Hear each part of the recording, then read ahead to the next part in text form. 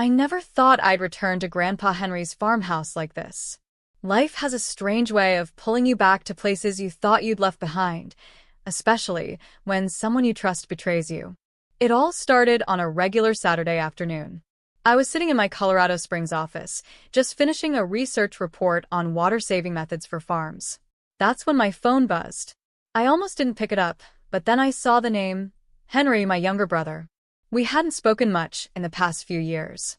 He was always busy with some new business idea, and I was always caught up in my work as a scientist. Still, something told me to answer. Henry's voice came through the phone, sounding far too calm and casual. "Hey, Kelly, just thought I'd let you know I sold the farm," he said like it was no big deal. I blinked, confused. "Wait, what? You sold the farm?" "Grandpa's farm." "Yeah," he said proudly. "Got $5 million for it." My heart dropped. That farmhouse wasn't just land and buildings. It was our childhood summers. It was Grandpa Henry's whole life's work. "You sold it without even telling me?" asked, trying to stay calm. Henry sighed, clearly annoyed. "Come on, Kelly. You haven't been there in years. You're too busy living your scientist life in Colorado Springs. The farm was just sitting there. I did what needed to be done." I clenched the phone tightly in my hand. "You had no right to sell it." He laughed, a cold, sharp laugh. "Actually, I did. Grandpa made me the executor. That means I get to make the decisions." I was speechless. My brain tried to process his words. Then I asked, "Where's the money?" There was a long pause. Then he said with a chuckle, "Well, I spent it." My whole body went cold. "What do you mean you spent it?" "Joyce needed it," he said. "Her business was struggling. She had this amazing opportunity, and she needed cash quickly. So I helped her." I couldn't believe what I was hearing. He had sold a $15 million property for just $5 million, and he spent every last cent on his girlfriend's business. I canceled my business trip right away and rushed home. I was burning with anger. I had no idea what I would say to him when I got there. But when I finally arrived, something unexpected happened. I smiled. You see, the farmhouse he sold wasn't the real family estate. Grandpa Henry was a clever man. Years ago, he had quietly bought more land and built a second, hidden property, one that only I knew about. The one Henry sold was just the older part. Henry thought he had ruined everything. But really, he had no idea what he had missed. It felt like I couldn't breathe. My chest tightened, and I could hardly believe what I had just heard. Henry had sold our grandfather's farm for half of what it was worth and used all the money on his girlfriend Joyce's business. "She needed it more than you," Henry said, trying to defend himself. I was shocked. "You sold our family's land. That place meant everything to us." Henry didn't seem to care. "Come on, Kelly. You've got your life all figured out. You've got a great job, your research projects, and your big career. You don't need that old farm like I do. What's the big deal?" I couldn't take it anymore. I hung up the call without saying another word. If I kept talking, I might have said something I'd regret. My hands were shaking with anger. Within an hour, I had booked the next flight to Los Angeles, California. On the flight, I couldn't stop thinking. My thoughts were spinning. How could Henry do something like this? I always knew he was careless and impulsive, but this wasn't just a bad decision. It felt like betrayal. Like he had stolen something that wasn't his to take. But the longer I sat with my thoughts, the more my anger turned into something stronger. Determination. Henry thought he could get away with this. He thought no one would question him. But he had forgotten something important. Grandpa Henry was a wise man. I had a feeling he saw this coming. When I reached the farm, my heart sank. The place looked abandoned and sad. Grass had grown wild, fences were falling apart, and the buildings looked worn down. Still, memories came rushing back. Early mornings feeding horses, the smell of fresh soil after it rained, and Grandpa's warm laugh from the porch. Now all of that was gone. Sold like it didn't matter. I needed answers, and I knew just who to ask. Douglas Adams, Grandpa Henry's lawyer for over 32 years. I met him the next morning in his San Diego office. He looked at me as I walked in, his sharp eyes calm but watchful. "I was wondering when you'd come," he said, motioning for me to sit. I didn't waste time. "Henry sold the farm without asking me. He says he had the right." Douglas sighed and tapped a thick folder on his desk. Yes. "I got the sale notice yesterday." "So that's it? He wins?" I asked, feeling helpless. Douglas gave a small smile. "Not necessarily. Did you ever read your grandfather's full estate documents?" I read the will. It left everything to both of us. Henry was named the executor. Douglas nodded. "That's true. But your grandfather was very cautious." He slid the folder toward me. 3 weeks before he passed, he filed a special amendment. I opened the file slowly. The first page caught my attention. Character clause. Douglas's face turned serious. Henry loved Henry, but didn't fully trust him. So, he added a rule. If either of you tries to sell the farm without the other's agreement, ownership automatically and permanently goes to the other person. My eyes widened. Henry had tried to cheat me, but he had just handed the farm over to me. I blinked, trying to take in what Douglas had just said. "Are you saying the farm is mine?" Douglas leaned back in his chair, calm and sure. "Yes, Kelly. The sale is void. Because of your grandfather's special clause, the farm now legally belongs to you." Relief and surprise washed over me at the same time. I could hardly believe it. All this time, I thought everything was lost. But now it was mine. "Henry doesn't know about this, does he?" I asked, almost whispering. Douglas shook his head. "No, and I suggest we don't tell him just yet. Not until we meet with him officially. Let's do this the right way, in a legal setting." I leaned back in my seat, still trying to understand everything. Grandpa Henry had known. He had seen the way Henry behaved, his selfish choices, his greed, and he had planned ahead to protect the farm. My hands curled into fists. "So, what happens now?" Douglas checked his watch. "Now, you prepare yourself. Once Henry finds out, he won't take it well. He'll try to fight it, and something tells me he'll make a scene." That evening, I drove back to the farmhouse. The sun was setting, casting a golden glow over the wild grass and empty fields.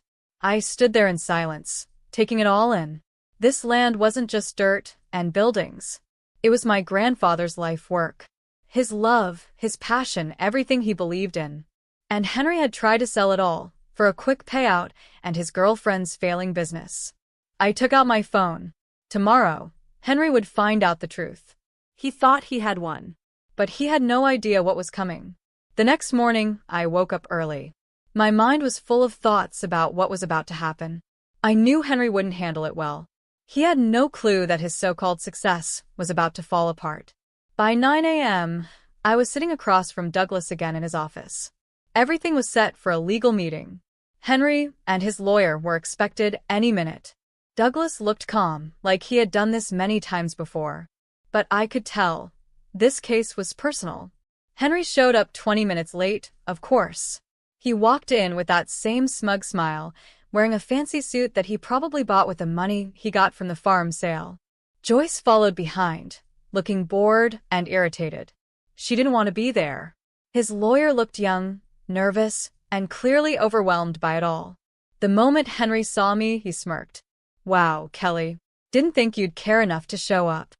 I didn't respond to the jab. I just pointed to the chair across from me. "Sit down, Henry." He dropped into the chair with a loud sigh. "Let's make this fast. I've got better things to do."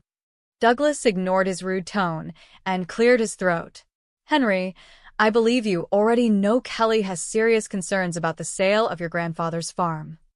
Henry rolled his eyes and leaned back. "We've already talked about this." But little did he know, everything was about to change. "I was the executor," Henry said, his voice full of pride. "I had every legal right to sell the farm." Douglas stayed calm and slowly slid a paper across the table. "Actually, you didn't."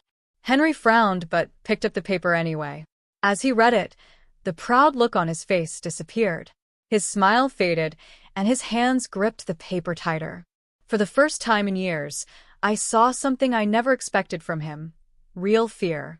"Dubby, what is this?" he asked, his voice shaky, not confident anymore. Douglas rested his hands together and said, "That's the updated deed your grandfather filed just 3 weeks before he passed away. It has something called a character clause. It says if one grandchild tries to sell the farm without the other's agreement, the ownership will automatically go to the one who is left out." Henry's face went pale. No. "That's not possible." "Oh, but it is," I said firmly. "The moment you signed the deal to sell the farm, you gave up your rights. The farm belongs to me now." Henry slammed the paper on the table. "This is a setup. Grandpa wouldn't do this to me." Douglas stayed calm and said, "Henry, Carter knew both of you well. He trusted Kelly to protect the farm. And he knew you might act selfishly. So yes, he prepared for this." Henry quickly turned to his young lawyer. "Do something." The lawyer shifted in his seat, looking nervous. "Legally, the updated document is valid. The sale doesn't count anymore." Joyce, sitting beside Henry, crossed her arms and said sharply, "So what now? The money's gone. We already spent it." "That's not my problem," I said coldly. Henry's face turned red with anger. He stood up fast, pushing his chair back. "You can't just take everything from me." I stared him in the eye. "I didn't take it from you. You gave it away." The room fell silent. The truth had hit him hard. He had lost everything. Douglas quietly slid another document forward. "There's one more thing. As the executor of the estate, you were supposed to protect your grandfather's wishes. But by selling the farm without Kelly's agreement, you broke those duties." He tapped the document. "As of right now, you're no longer the executor." Henry looked at the paper like it was the end of the world. "You're joking." "No," I said, leaning closer. "I'm in charge now." Suddenly, Joyce stood up and grabbed Henry's arm. "Henry, we need to go." But Henry didn't move. He just kept staring at the document, frozen in place, finally realizing he had lost it all. I could tell what was going on in Henry's mind. He had lost it all, the farm, the money, and the control he thought he had. But Douglas wasn't finished yet. He picked up one more file from the table. "There's one last thing," Douglas said. "Since the sale of the farm is invalid, that means you have to pay back all the money you received from it." Henry swallowed hard. I don't have the money." I leaned back in my chair and looked straight at him. "Then we have a big problem, don't we?" Joyce, clearly angry now, pulled on Henry's arm again. "Henry, let's go." They started walking toward the door, but before they could leave, Douglas spoke again. "Oh, and Henry," he added. Henry stopped and turned around slowly, his shoulders stiff. "If you try to fight this in court," Douglas said in a calm but serious voice, "we'll have to do a full audit of the estate. That means we'll check every single thing you've done with the money since you became executor." Henry's jaw tightened. He understood exactly what that meant. Every shady deal, every dollar he secretly gave to Joyce's failing business, it would all come to light. He didn't say a word. He just stormed out, his face red with frustration. Joyce followed behind, her heels clicking loudly on the floor.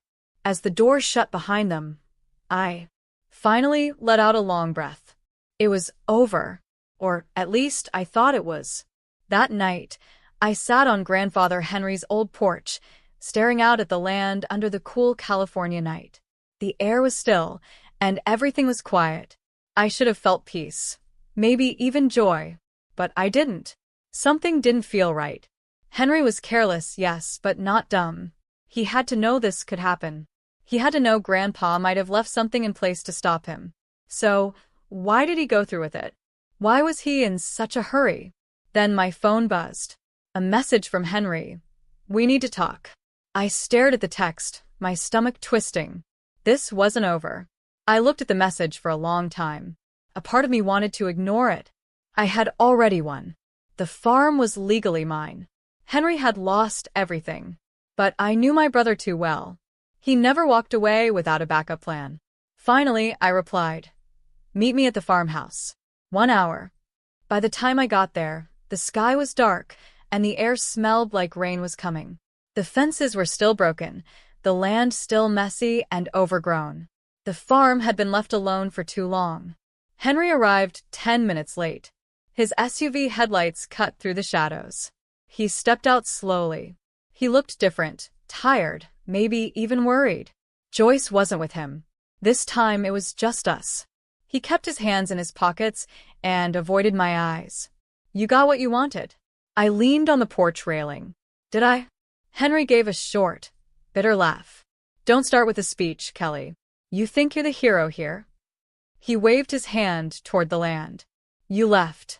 You had your big career, your research, your perfect life. I was the one who stayed, Henry said quietly. I was the one who took care of everything. I looked at him carefully, not angry, just tired of the lies. You didn't take care of anything, Henry. You sold Grandpa's farm just to get some quick cash. Then you spent the money like it meant nothing.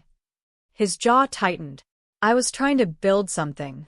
I crossed my arms. And where is it now? He didn't answer. And that silence told me everything I needed to know. Something in my stomach twisted. I could feel something deeper was going on. Henry, this isn't just about the farm, is it? He looked away, eyes moving quickly, like he didn't want to meet mine. And for the first time in years, I saw something real, fear. I stepped closer. How bad is it? Henry ran a hand through his hair, clearly stressed. I borrowed money from Grandpa's other accounts. My heart dropped. What did you say? He let out a shaky breath. The tax accounts, the maintenance funds, the savings, everything. I took money from all of it. I thought I could pay it back before anyone noticed. His voice started to shake. But the investment failed. The developer went bankrupt. And now, he let out a weak, broken laugh. Now it's all gone. I felt sick to my stomach. I could barely speak. How much? His voice was barely a whisper. $750,000. The world felt like it was spinning. I pressed my fingers to my forehead, trying to stay calm, trying to think. So that's why you were so desperate to sell the farm. Henry nodded, eyes full of regret. I thought I could fix everything before anyone found out. I closed my eyes. And Joyce. He gave a cold, bitter laugh. She left. Took what little money was left, and ran the second she realized I had nothing more to give. A long silence followed. I should have walked away. I should have told Henry this was his problem to fix. But then I thought of Grandpa Henry, how he always believed in giving people second chances. And even after everything, Henry was still my brother. I pulled out my phone and called Douglas. He picked up on the second ring.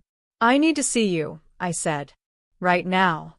An hour later, Henry and I sat in Douglas's office. Douglas, always calm, didn't even look surprised when I told him everything. He just opened a drawer and pulled out a thick folder. Your grandfather knew something like this could happen, Douglas said, sliding the file toward me. So, he made a plan. I flipped through the pages, my heart beating fast. Inside the file were insurance papers, safety plans, and legal documents, things Grandpa Henry had put in place a long time ago, before he passed away. Douglas tapped one of the documents. This is an insurance policy that covers mistakes made with the estate's money. If we use it, it can help recover up to $900,000. Henry let out a breath like someone had hit him in the stomach. So, we're saved. Douglas's eyes narrowed. Not exactly. There are rules. Henry tensed. Of course there are.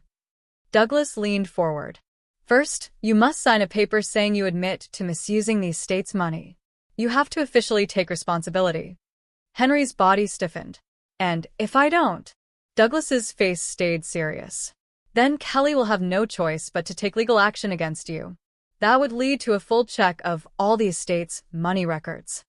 He paused, then added, and with the proof we have, it's very possible you could be charged with fraud. Henry's face went pale. Fraud? Yes, Douglas said calmly. And that could mean jail time. Henry's hand shook as he rubbed his face. What else? Douglas folded his hands. You'll have to attend financial counseling, and you'll pay for it yourself. Also, you won't be allowed to be involved with the estate ever again.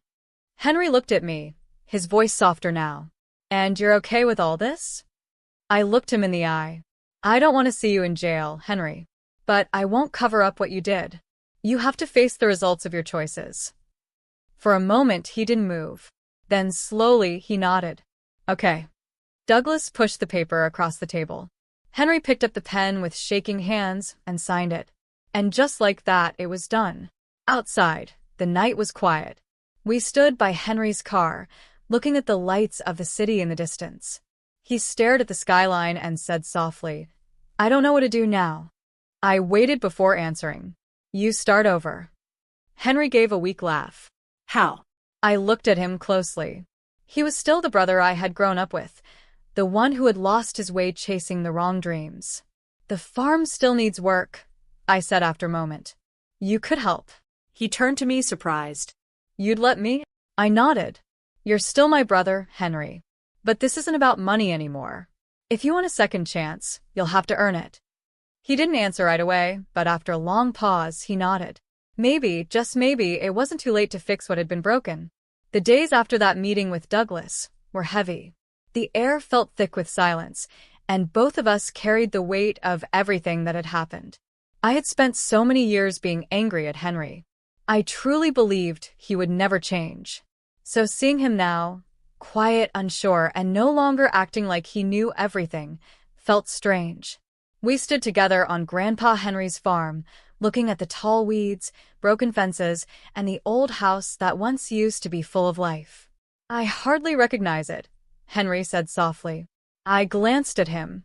Well, that's what happens when someone tries to sell a place instead of taking care of it. Henry let out a deep sigh, but didn't say anything back. He wasn't arguing anymore. For the first time in a long while, I saw something new in him change. Over the next week, we worked side by side. We cleared out the old barn, fixed broken fences, and looked at all the damage caused by years of being ignored. Henry wasn't used to this kind of work. At first, he struggled. He wasn't strong with tools or farm work. But he came back every morning, and what surprised me most, he never complained. One evening, after a long day of fixing the porch steps, I found Henry sitting quietly on the front steps of the house. The sun was setting, and the golden light made the fields glow. It was the same view Grandpa used to sit and enjoy every evening. I used to hate this place, Henry said, his voice quiet and unsure. I thought it was holding me back. I thought it reminded me of everything I didn't want to be. I sat down beside him, wiping the sweat off my forehead. And now? He was silent for a while. Then he sighed. Now. I think I understand. Grandpa wasn't trying to trap us. He was trying to give us something that mattered. I nodded, watching the wind blow through the tall grass. He was always thinking 5 steps ahead. Henry gave a small chuckle, but it wasn't really a happy one. Yeah, and I never thought further than the next dollar. The next few months became a routine of hard work and quiet change. Henry kept showing up. I didn't think he would last, but he proved me wrong. I expected him to quit or walk away the moment things got hard. But he stayed. He learned how to repair farm tools, how to plant crops properly, and how to care for the land, just like Grandpa had always done. And slowly, I realized he wasn't just doing this to fix things between us. He was doing it for himself, too. One afternoon, we stood inside the cleaned-up barn. The smell of fresh hay filled the air. Henry wiped his hands on his jeans and looked around. It actually looks like a real farm again, he said. That's because it is, I replied. He took a deep breath and nodded. Yeah, it feels different now. I looked at Henry closely. You seem different. He paused, then gave a small nod. Yeah. For the first time, I believed him. 1 year after everything had gone wrong, we held a small ceremony to honor Grandpa Henry. We invited neighbors, old friends, and the few people in town who had known him well. Henry stood beside me as we revealed a memorial plaque near the farmhouse. The plaque had simple words written on it. Henry Carter, a man who built more than land. As the sun set over the farm, I realized something important. Grandpa had planned all of this. Not just the farm, not just the money, but us. He knew that Henry and I would never truly understand each other unless something forced us to work together. He had added rules and safety nets, knowing Henry's weaknesses, but he hadn't given up on him. Instead, he left a way for Henry to change. And, in the end, Henry had taken that chance. Later that night, when everyone had gone home, I found Henry sitting on the porch, looking up at the stars. "Still thinking about going back to Los Angeles?" I asked. He gave a small smirk. Nah. "Turns out, I like the quiet." I sat beside him, the cool night air wrapping around us. Everything felt peaceful. After a while, Henry asked, "Do you think Grandpa knew this would happen?" I thought about it for a moment before replying. Yeah. I think he knew exactly what he was doing. Henry let out a quiet sigh and smiled a little. "Yeah, me too." And for the first time in a very long time, we sat there, not as enemies, not as people fighting over the past, but as family,